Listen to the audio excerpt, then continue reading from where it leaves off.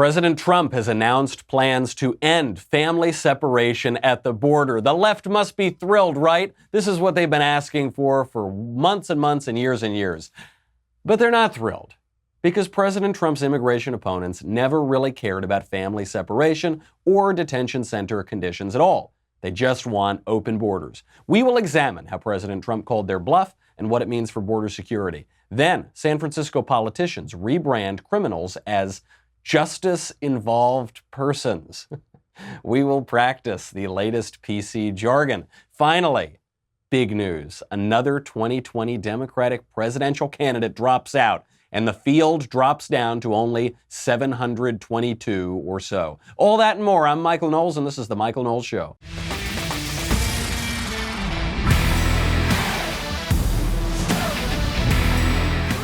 Breaking news. Before we get to the other news about family separation, we have got to get to this breaking news out of the 2020 presidential campaign. Democratic Congressman Seth Moulton is no longer running for president. And in other news, Democratic Congressman Seth Moulton was running for president. But now he is no longer. He is back to running for re-election to his House seat. He ended his campaign with a warning. This is what he said, quote, "I think it's evident that this is now a three-way race between Biden, Warren, and Sanders, and really, it's a debate about how far left the party should go." I will say about Seth Moulton, I know that nobody heard about him, but I actually did because part of my job is I have to figure out who all the candidates are and look into them a little bit. And Seth Moulton was one of the more moderate candidates. He had military service. He was a little bit more in the moderate lane of the Democratic Party. Never took off, never went anywhere. Now he's gone. He's dropping out, and you never heard about him. I think that kind of answers his warning. His warning is, how far left is the Democratic Party going to go? The answer is the only candidates who are left are very left-wing. You've got Warren and Sanders, who are legitimately far-left radicals. And then you have Joe Biden, who really doesn't have any beliefs at all. At times in his career, he's positioned himself as a moderate. At other times, he's positioned himself as a far-left candidate. And for most of this presidential campaign, he has gone far to the left, even now dropping his support for the Hyde Amendment and endorsing taxpayer funding for abortion. So it's a good warning from Seth Moulton, but we've already got the answer. The party is going to the left. We will get to the big news, though, on the border and the Trump administration's new immigration policy. But first, I have got to thank our friends over at ZipRecruiter. You need to find good employees. You need to find good quality employees. We're doing that right now in our presidential race. We, the people, are trying to find good quality employees who could run for president. If only we could apply ZipRecruiter to the presidency, we would not have the current field of candidates that we do. But ZipRecruiter is incredible. It sends your job to over 100 of the web's leading job boards. They don't just stop there. With their powerful matching technology, ZipRecruiter scans thousands of resumes to find people with the right experience and invites them to apply to your job. As applications come in, ZipRecruiter analyzes each one of them and spotlights the top candidates so you never miss a great match. Every other job board, just about, it's pretty much like throwing spaghetti at the wall. Maybe you never hear back about the job. Maybe you do, but you don't know who's coming in. ZipRecruiter is so effective. They are the best in the game that 4 out of 5 employers who post on ZipRecruiter get a quality candidate through the site within the first day. ZipRecruiter goes at it, keeps doing the job for you to find the best candidates. Right now, my listeners can try ZipRecruiter for free at this exclusive web address, ZipRecruiter.com/Knowles, Knowles. That is ZipRecruiter.com/Knowles, Knowles.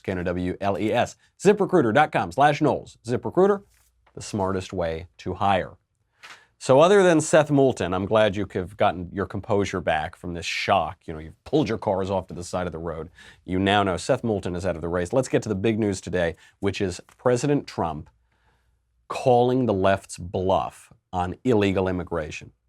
He is doing this by ending the family separation policy, and he's doing that by ripping up the Flores Settlement Agreement, which in 1997 established the principle for family separation.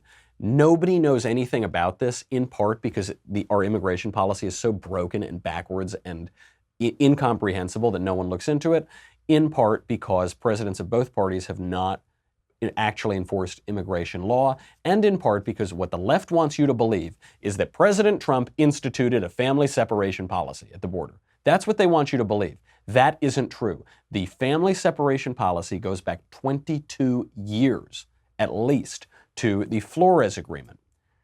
Now, what President Trump is showing today is that the left's arguments are not in good faith. The left has been saying all they want to do is stop the family separation, but they don't care about family separation. They don't care about the kids being in the detention facilities. They just want open borders. So here's what happened. Decades ago, the left said immigration enforcement cannot detain children. They can't do it. Please, government, stop detaining children. So what did the government say? Okay, that's fine. They took the children out of immigration enforcement custody through something called the Flores Agreement. Then the left said, wait a second, you can't separate families. You've got to stop separating families. So then President Trump and the government said, okay, we'll stop separating families. They put them back together. Now the left is saying you can't detain children. You're damned if you do, and you're damned if you don't. Because what it's showing is that the left wants open borders. Here's how the left is reacting to Trump's new policy, which ends family separation. Quote, New York Times, migrant families would face indefinite detention under new Trump rule. The New Yorker says, quote, the Trump administration's sustained attack on the rights of immigrant children. Miami Herald, new Trump administration rule would let feds detain immigrant children indefinitely. Washington Post, Trump administration moves to terminate the court agreement, hold migrant children and parents longer. Now, a more accurate headline would be, Trump gives the left exactly what they've been asking for in family separation. This proves that old rule, be careful what you ask for because you just might get it. The left doesn't really care about the family separation. Here is a quick history of the left's immigration arguments. You can just see, those breeze through from 1985 to the present, how they keep changing, how they keep moving the goalposts, how they keep trying to hide their real goal, which is open borders, and how they can no longer hide it. So beginning around 1985, two left-wing organizations sued the INS, which was the predecessor to ICE, that was the old immigration enforcement, and they sued over the detention of illegal alien children. And this was litigated for over a decade. So it goes through the end of the 80s, into the 90s, up until, it goes all the way actually up to the Supreme Court. And then in 1997, the government and these pro-immigration, pro-illegal immigrant organizations come to a settlement. What does the settlement say? It says three things. It says the government is required to release children from immigration detention without unnecessary delay. And it goes in order of preference, beginning with parents and then to other adult relatives as well as licensed programs willing to accept custody if there's no one to grab them. Second thing the settlement says is with respect to children for whom a suitable placement is not immediately available, the government is obligated to place children in the least restrictive setting appropriate to their age and their needs. So you're not going to throw them in jail, you're going to put them in a separate facility that's nicer and more free and more liberated. Third thing that the settlement says is the government is required to implement standards relating to the care and treatment of children in immigrant detention. That's why they're not in jails, which have, actually in America, they have very good standards, but they're in facilities that are even nicer. They have teddy bears, they get pizza and juice boxes, whatever, all these things. I'm not saying they're staying at the Shangri-La or the Ritz-Carlton, but they're staying in relatively nicer facilities as per this agreement. Now, what is not said in there, but what all of that means is the kids are separated from their families because the families are being held by immigration enforcement. But the agreement says the kids can't be held by immigration enforcement for that long. So the kids, as per the law, you have to take the kids and put them into different and ostensibly nicer conditions, which means taking them away from their families. Or it means just releasing their parents and letting them go. Right? Those are the only two options you can have. And what the left and what pro-illegal immigration conservatives and Republicans want to do. I should say, I don't think there are many pro-illegal immigration conservatives, but what pro-illegal immigration Republicans and libertarians want to do is say, okay, just let him go, just let him out, right? Let's not enforce the law. And it was a sort of unholy alliance between the left and the libertarians. Also, the agreement wasn't really implemented until a little bit later, until President Trump, and until today, the left admits their real goals. We'll get to that in a second, but first, Support for the Michael Knowles Show comes from our friends at Rocket Mortgage by Quicken Loans. You know that I live in Los Angeles. It's very difficult to find a house in LA, mostly because Shapiro pays me slave wages and every house in LA costs like $1 zillion. However, when I do find a house, at least finding the right mortgage will be easy because Rocket Mortgage makes it easy. Their mortgage experts' number one goal is to make the home buying process smoother for you. That means industry-leading online lending technology. Rocket Mortgage is there with award-winning client service and support every step of the way. For most people, buying a home is going to be the single most important financial decision you ever make in your life. If you're like me, you're a millennial and you don't know anything about anything practical like getting a mortgage, paying your bills, doing your taxes. Getting a mortgage can be extraordinarily complicated. Don't go in blind. Don't go it alone. Go to the place with the highest customer satisfaction for primary mortgage origination 9 years in a row. Highest in mortgage servicing 5 years in a row. When you work with them, you get more than just a loan because Rocket Mortgage is more than just a lender. Go with them, guys. I am telling you, this is going to be a huge decision in your life. Don't go it without the best. Get started online at rocketmortgage.com/Knowles, K-N-O-W-L-E-S, equal housing lender, licensed in all 50 states, NMLSconsumeraccess.org, number 3030. Rocket Mortgage by Quicken Loans. Push button, get mortgage. So they come to this Flores Agreement in 97. That establishes family separation, except it wasn't actually implemented through the end of the Clinton era or through the beginning of the Bush era. It's finally implemented in 2003 under George W. Bush when the Office of Refugee Resettlement takes over unaccompanied minors. Then, 2005, 2 years later, George W. Bush issues what he calls a zero-tolerance approach to illegal immigration. This is when finally conservatives are going to start taking illegal immigration seriously, right? He does it through a program called Operation Streamline. So they're going to take it seriously, except they don't. They don't. So what it means before is that the DOJ wasn't really prosecuting illegal immigration all that much, but even the zero-tolerance policy didn't really do all that much. Why not? Because it made an exception for illegal aliens traveling with minors. So what happens? We know how incentives work. If you create an exception to immigration enforcement, you've already got this big problem of illegal aliens coming in. You're going to get more of the behavior that you're incentivizing. So when Barack Obama takes over in 2009, he has an even looser approach to illegal immigration. He just releases the parents. So he has this habit of releasing the parents who come with the kids. What happens? Parents start flooding the border with their children. In 2014, you had a major crisis. President Obama responded first by doing exactly what President Trump was doing, what President Trump was doing until just recently, which is separating the families and detaining the kids. And you got a few photos out of this, of the so-called children in cages. And what's so unbelievable about the hypocrisy of the left on this is when they're protesting President Trump's immigration policy, they're sending around all these photos on social media. They went viral of kids in cages. But the photos aren't from 2017 or 2018 or 2019. The photos are from 2014 when Barack Obama was doing the exact same thing. There was no hubbub when Barack Obama did it. They don't care because they don't actually care about family separation. They don't care about quote unquote kids in cages. They just care about pressuring a conservative president to give us open borders. President Obama eventually just basically let illegal aliens go, and here you get the policy of catch and release. So you catch the illegal aliens pouring over the border of this country, but you can't detain them for very long, especially if they have kids. So, since it takes years to hear these asylum claims, you arrest them, you bring them in, and then you just let them go. Because they're going to show up to their court hearings, right, in a couple months or a couple years, right? They're going to show up? No, of course not. You let them go, they disappear, they're in the country, and you have de facto, for all intents and purposes, open borders. Then Trump gets into office. He starts actually enforcing the law. He starts actually enforcing the Flores Agreement. The left throws a fit. They say we can't separate families, even though that's what the law says. So then Trump says, okay, we won't separate families. The left throws a fit. They say we can't detain kids.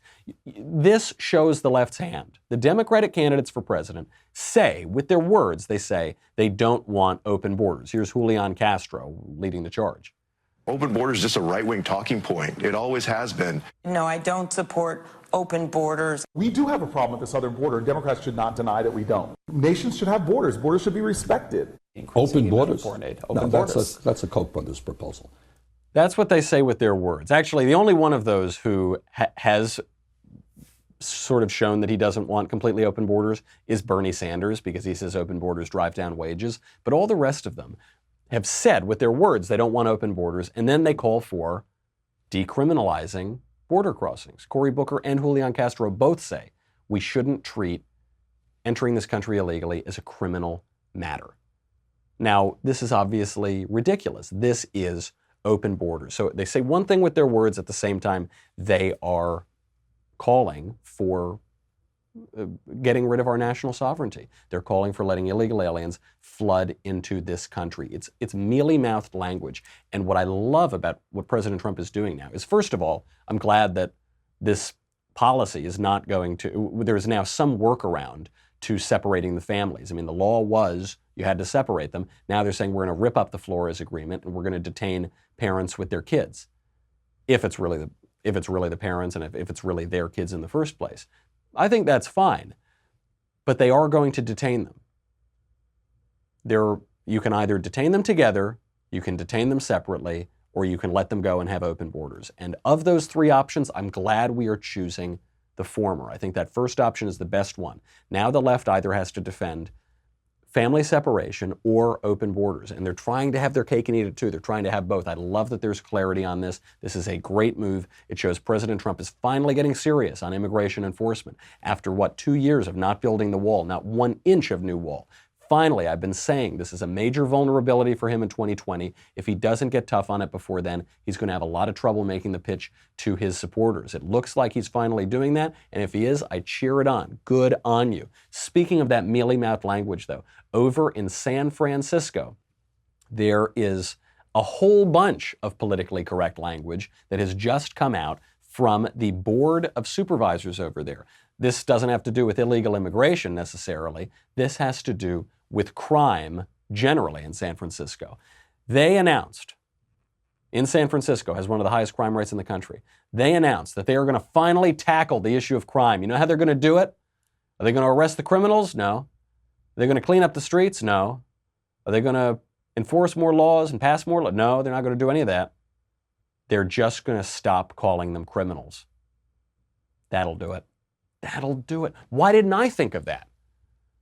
If you don't call criminals criminals, then you don't have any more criminals, right? That's the idea. What they're going to start doing now is changing all sorts of language around this issue. So juvenile delinquents, you know what that's the bad term. Bad kids, you can't call them that.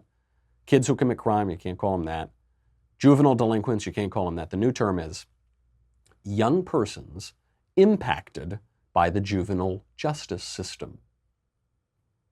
Now, everybody is impacted by the juvenile justice system. Everyone who lives in this society is impacted by it because that's the system to take bad kids out who are committing crimes.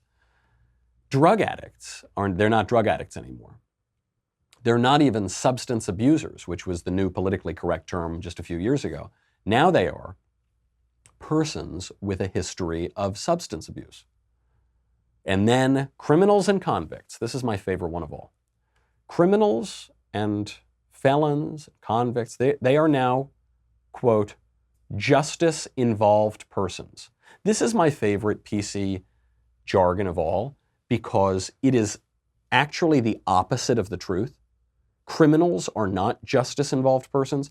Criminals, by definition, are injustice-involved persons. They are committing injustices, not justices. It would be like San Francisco referring to their epidemic of drug and feces-infested streets as sanitation-involved sidewalks. Doesn't make a lot of sense. But this is what PC does. You know, instead of solving the problem, instead of grappling with reality, these politicians in San Francisco think that they can just change the name because it's a lot easier. Think about how the left did this. They've done this for years and years and years. Barack Obama runs for president in 2008. He says he's going to end these wars in the Middle East. So he gets into office. Does he end the wars? No. He actually launches more wars in the Middle East. But he doesn't call them wars. He calls them, quote, overseas contingency operations. So there you go. That's one way to end a war. You just stop calling it a war and then it's not a war anymore, right? They do this with illegal aliens. We have millions and millions, at least 11 million, probably many more, foreign nationals illegally living in this country. How are we going to deal with that problem? We could either deal with the actual problem, or we can do what the left does, which is just pretend that they're not foreign nationals. We can use the term undocumented Americans, which has now been adopted by a lot of left-wingers. So there's no more foreigners in the country, right? Because they're not. They're undocumented Americans, so they can't be foreigners, right? Same thing, I mean, the biggest cultural issue of the day, even though it only affects a small number of people, it dominates our discourse, transgenderism. Instead of actually getting help for men who are confused about their biological sex, the left just uses PC language to rebrand them as transgender women. So now they're not men who have a problem, a psychological problem. They're women, kind of, in a way, with the language. This kind of PC jargon is offensive to language. I mean, it's offensive from a linguistic point of view, but it's also just offensive to people. If I were in San Francisco, I would be really upset because you elect politicians to reduce crime. You address them to do what you want them to do. You elect them to pass policies that will be good for your community. But it's hard to do that. You have to make difficult decisions. You have to show leadership and courage and moral vision. And the San Francisco politicians don't have any of that. So instead what they're doing is they're just pretending the problem doesn't exist at all. This was a huge reason that people voted for President Trump in 2016. They voted for him for the border, they voted for him for the economy, they voted for him for trade, sure.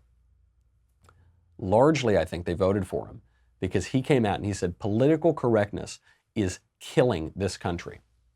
And I'm not going to be politically correct. I don't have time to be politically correct. I talked to people, even before I liked Trump in the primaries, back when I was supporting Ted Cruz. I would talk to some of my friends. They say, we love Trump. I'd say, I'm skeptical of Trump. I don't know. He's donated to Democrats. He seems like a little bit liberal. He talks kind of funny. I'm not sure that I support Trump. They said, we need Trump because Trump will defeat political correctness. So what does that mean? I don't elect politicians for those cultural reasons. I elect them for policies.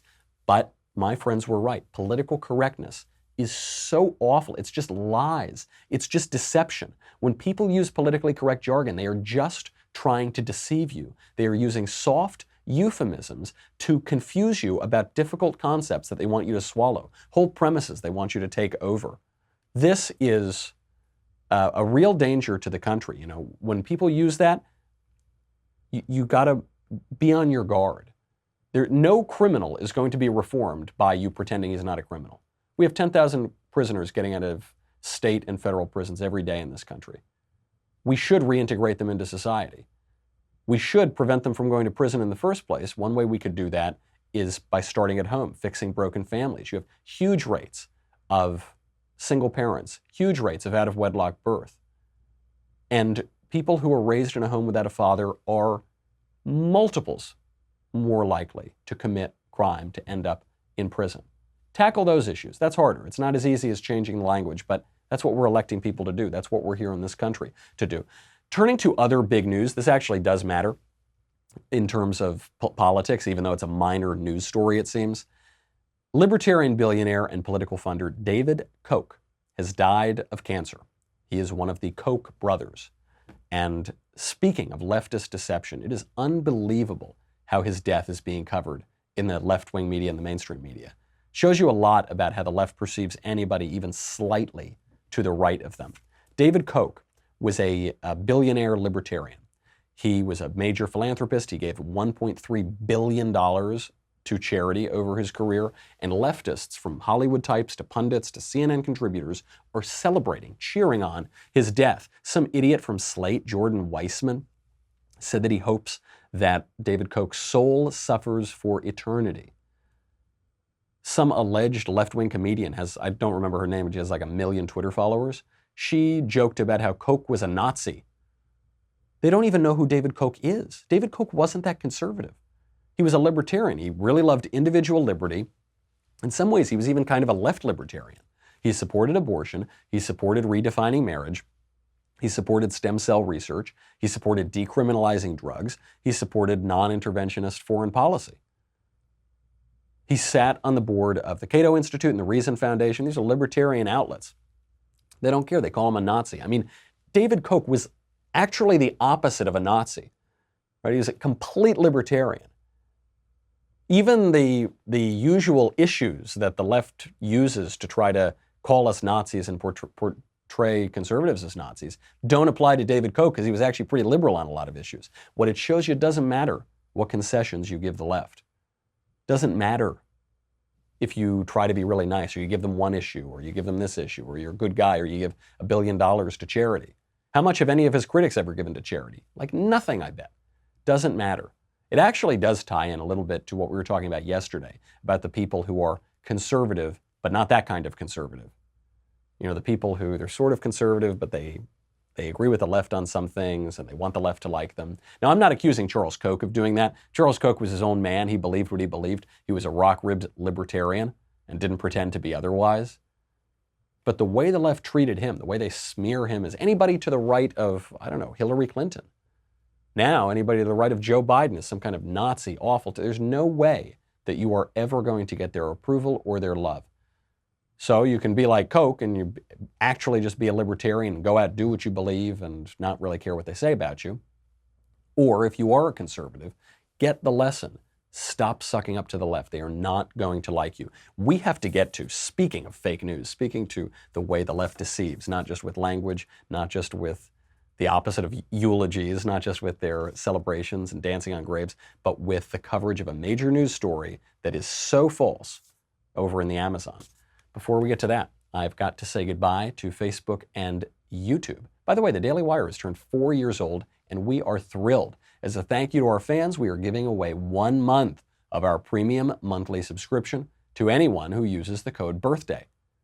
Now, you can do that right now. We absolutely support, or thank you rather, for all of the support you have made us get to 4 years. We couldn't have done it without you. We want to thank you with that. So if you haven't subscribed yet, go on over. You'll get a month free, and it's a lot of fun. We got a lot of stuff behind that paywall. And of course, you can get your Leftist Tears tumbler with an annual subscription. Head on over to dailywire.com. We'll be right back with a lot more.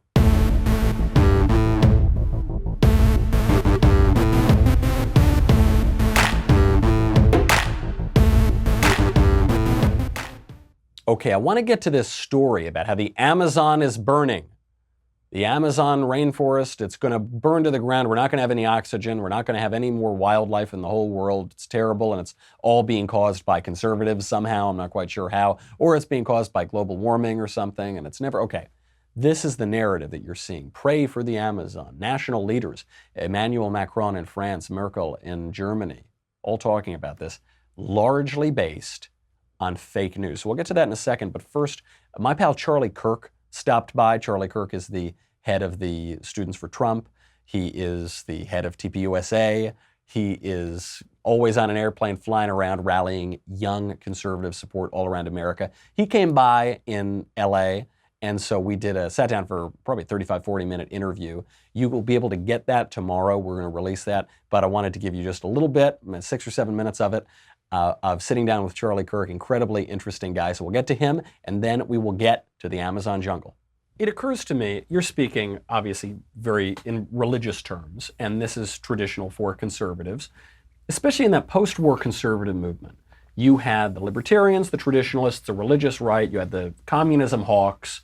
They were all against this common enemy, which was the Soviet Union. Mm-hmm. The Cold War ends, then what? What does the conservative movement look like now? Such a great question. So the Soviet Union kept them all together. That's why Reagan was able to build this coalition in 1980 and take over the party that he wasn't supposed to ever be the nominee of. Right. I mean, in '76, Reagan tried to overthrow sitting President Gerald Ford in 1976, and he got to the convention floor and sort of half endorsed him, didn't really endorse him. But Reagan was a rebel. And the reason why people thought Reagan was going to lose in a landslide to Jimmy Carter, and he won surprisingly. Sound familiar? Mm-hmm. And then all of a sudden, he was the one that crushed the Soviet Union. So what is our Soviet Union today? Well, it's the left in our country. The Soviet Union's no longer headquartered in Moscow. They're in Montana, Michigan, Mississippi, and Missouri. They're everywhere. And only on the university campuses. Right. Well, it's epicenter of and it. Then in Hollywood and all this other. So look, the coalition that we have to build, though, that Reagan got correct and Trump gets correct, and I feel that our movement gets wrong so often, is we have to break and you understand this, we have to break our shackles away from these coastal elitists in universities and these think tanks that think that if you're a carpenter, a pipe fitter, or you didn't go to four-year college, you're somehow less than worthy to be engaged in the American conversation. Right. That's where Reagan was successful. That's where Trump is successful. And I feel as if there's this elitism that permeates our movement, where all of a sudden that if you didn't go to the correct university in the upper Northeast corridor, any opinion you have is what? Well, it's deplorable, it's all this. And the left says it, our people don't. But you know what it is? It's also an emperor has no clothes situation, because having gone to one of those correct universities in the Northeast corridor. And I didn't go to one of them. And you didn't go to one of them. I didn't go to any of them. You didn't go to any of them, but you do have an honorary degree. Yes, from Liberty University. From Liberty. Everybody should go to Liberty. University. Yes. But having gone there, I can kind of see what's happened to it, what the left has done to these universities, which is to hollow them out from within. So it's not to say that there's nothing to be gained at any of these places, but what it is to say is the institution that's hobbling around, and it looks like Harvard or Yale, and it talks like Harvard or Yale, it isn't what it used to be. The left has gone on a long march through the institutions, and so what you are getting in the end is something that's simply not as academically serious, scholarly rigorous. You're not getting that same quality of education. No. So you have whole generations who are uneducated, uncultured, and they're so damn convinced that they're the smartest people in the world. But they're hyper-credentialed. Hyper-credentialed. Right. So they have all the degrees, but they know nothing. Right, and they often have a lot of student debt. Right, so they're in debt, they're vulnerable, and they have degrees up the wazoo, and there's no wisdom, there's no knowledge, there's no history, no perspective. No humility. No, well, definitely not. They're constantly wrong, but they're never in doubt. That's exactly And right. so you mix all this together. So look, here's what the movement moving forward is. Number one, we have to dominate in the libertarians. I know you and I might not see eye to eye on all this, but that's I'm a little less libertarian. That's okay. But I do see the point. This is my question to you. Sure. Do we need to hold together the exact same coalition? No, we have to rebuild a new one. Okay. And so my coalition is, number one, I think we have to, libertarians, I think those are ours to get. These guys hate government, personal freedom, and there's robust conversations we can have about all that sort of stuff. There's stuff that we should not compromise on. So like a pro-choice libertarian, sorry, not going to happen, right? Not welcome. But like if you want to go put some substance in your body that I've never done and I don't even know where to find, go ahead. Like I don't care, right? So as long as you have some to share. Yeah. You know what I'm saying? So that's one. So libertarians, those are our people. Okay, we shouldn't lose that. Number two is any sort of person that has religion as a core part of their day or their life, their identity. These are our people. Yeah. Okay. And it should be actually 4 or 5. Number three, the other part of the coalition is people that wake up before 7 a.m. No, I'm not kidding. Every human being in America that wakes up before 7 a.m. should be a Republican. Well, that's good. And then we should limit the vote to be over at about 8 a.m. and then we win. No, I'm not kidding.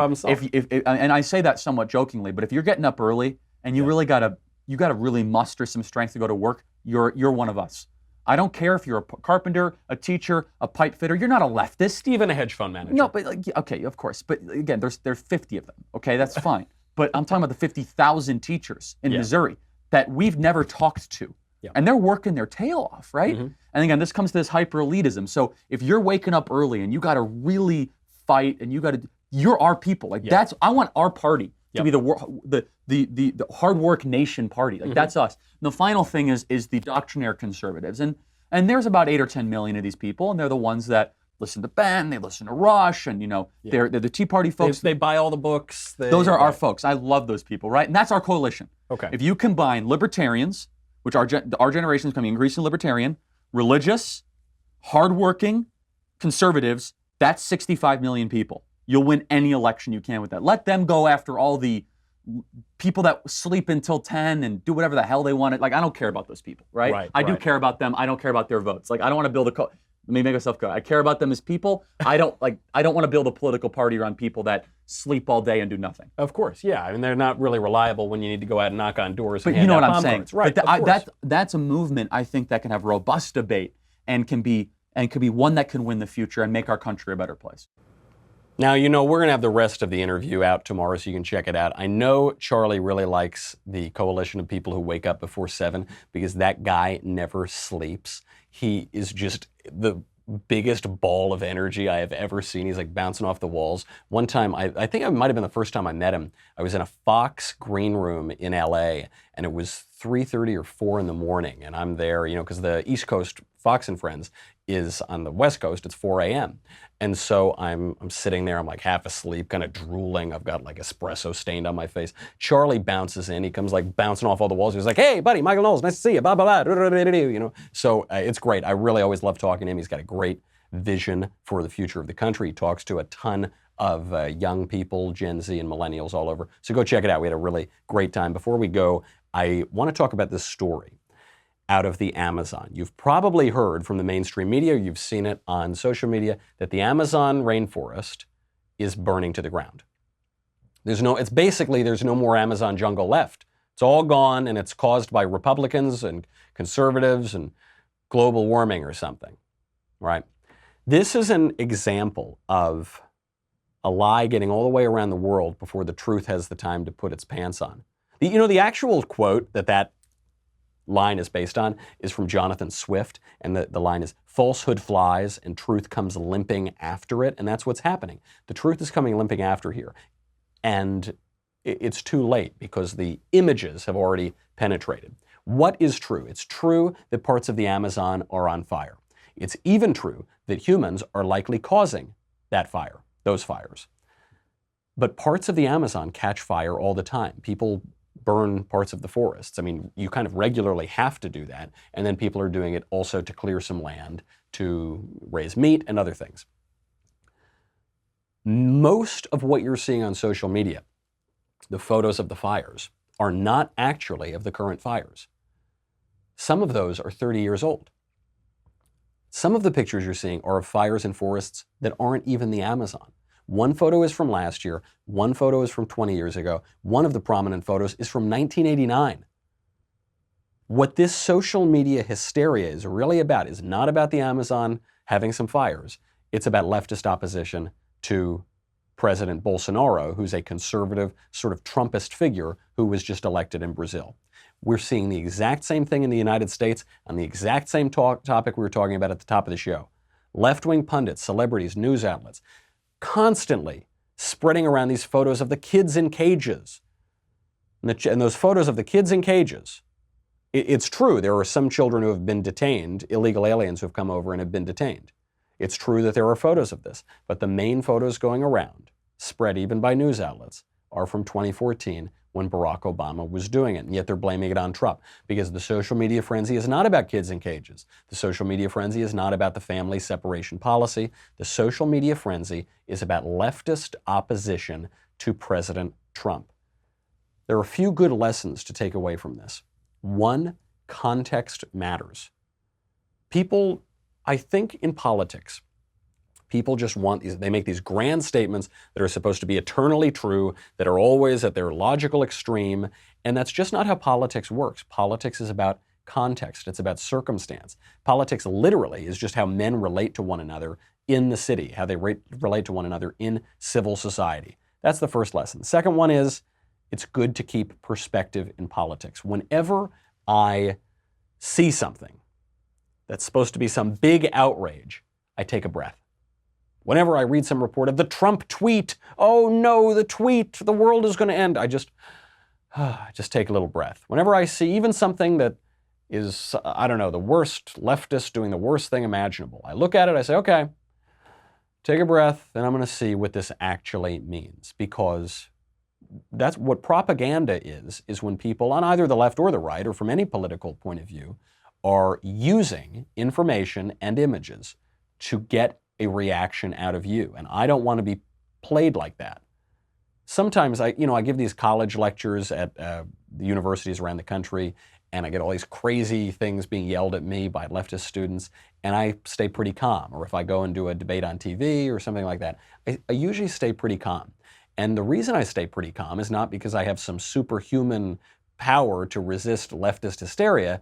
It's because I realize this important lesson number 2. Perspective matters in politics. People are constantly trying to emotionally manipulate you in politics. That's pretty much the definition of politics. You need to keep perspective just for your own self-preservation. Third thing you got to believe here, third lesson, don't believe everything that you see on the internet or that you hear on the internet. That's kind of, I'm telling you on the internet not to believe everything you hear on the internet. But, look it up, see what I'm talking about, Google it. This is very important. You always see this meme going around of Abraham Lincoln. And it's an old photo of Abraham Lincoln, from the 1860s, and it says, don't believe everything you read on the internet because often it's lies. Abraham Lincoln, right? And this kind of shows you that. I mean, every time I see a quote on the internet, I Google the quote. Probably 7 or 8 times out of 10, it's a spurious quotation. The person who said it didn't really say it. I saw it today. There was a quotation going around from Thomas Jefferson. He never said it. He said something that was sort of like it, but he never said it. This is true of so many. Churchill quotations, Abraham Lincoln, Thomas Jefferson, George Washington, John Adams. Just look them up. Don't believe everything. Be a little skeptical. Now, I'm probably preaching to the choir because if you're listening to this show, you're probably a little bit conservative. Maybe you're a centrist or a Democrat, but you got a conservative bent to you, and so you're probably naturally skeptical. The left is naturally gullible, and I think that's why they fall for all these kind of things. You shouldn't fall for it. Always be skeptical. Another great thing heading into the weekend, go check out my interview with Charlie Kirk tomorrow. A great little article in the Wall Street Journal, though, I really enjoyed it this morning, was from Peggy Noonan.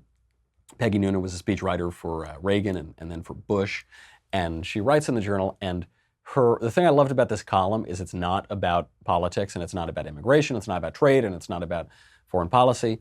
It's about a bigger long-term issue that is hurting our country, which is rudeness. People are just rude. They don't have manners. And this ties in with what we were talking about on political correctness, because what the left wants you to believe is that political correctness is politeness. But it's not. Political correctness is not polite at all. Political correctness is lies. And lies are never polite. Lies are very impolite. I pointed out, I was on a Fox show earlier today, and I said, political correctness is so crazy because they'll attack you for using basically the same word, and then they'll praise you for using the same word. So if I say a person is colored, he's a colored person, that is horribly offensive. You cannot possibly say that word today. However, if I say that someone is a person of color, that is the right term. That is not only an acceptable term, that is the preferred term. If you say anything else, you're terribly offensive. They're the same thing. It is exactly 100% the same to call someone a colored person or a person of color. But what the censors do on the politically correct left is they say one is horrifically bigoted and offensive, the other one is polite. Which one is which? I don't know. You can barely keep track. Politeness is different. Politeness is not using language to pummel somebody, to control somebody, to shut somebody up. Politeness is taking care for people and being kind to them. Tipping your hat, holding the door open, referring to someone as Mr. or Mrs. This is something that has been completely lost. It reminds me how in a traditional culture where we have traditional religion, traditional culture, and traditional politics, things make sense. And then when we say our politics is awful, we have to deconstruct it. We have to get rid of it. We have to oppose it. We're being oppressed. Our culture is oppressive. Our religion is oppressive. You get rid of all of it, right? We've been doing this now for at least 50 years. It's not like you just have nothing then, because human beings need politics, we need culture, and we have a religious longing for God. So instead, when you have that vacuum, it just gets filled with nonsense. So when you get rid of politeness, what you get is political correctness. And that is so awful. It's so gross and corrosive. So give it a read and then, be polite. Check out the interview tomorrow with Charlie. In the meantime, I'm Michael Knowles. This is The Michael Knowles Show. I'll see you soon.